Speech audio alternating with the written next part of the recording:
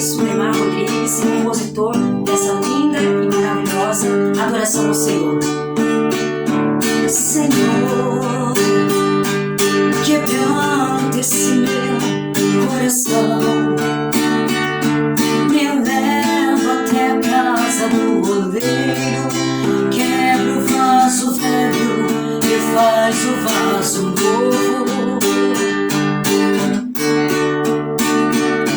Senhor, eu não quero mais viver de aparência, eu quero sentir sua presença dentro do meu coração.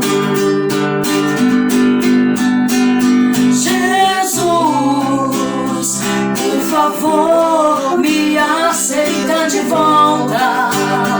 Eu prometo ser fiel a ti, Senhor, e nunca mais te deixar. Jesus, o que eu mais quero é levar tua palavra, através do meu louvor te exaltar e nunca mais voltar atrás.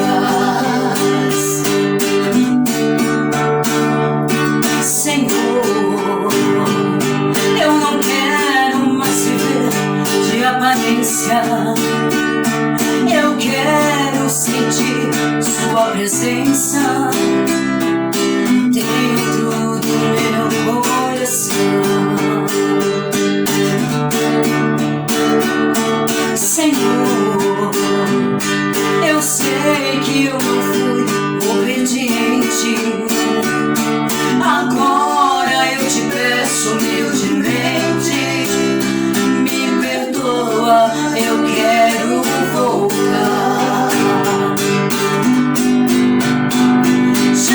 Jesus, por favor, me aceita de volta. Eu prometo ser fiel a ti, Senhor, e nunca mais te deixar.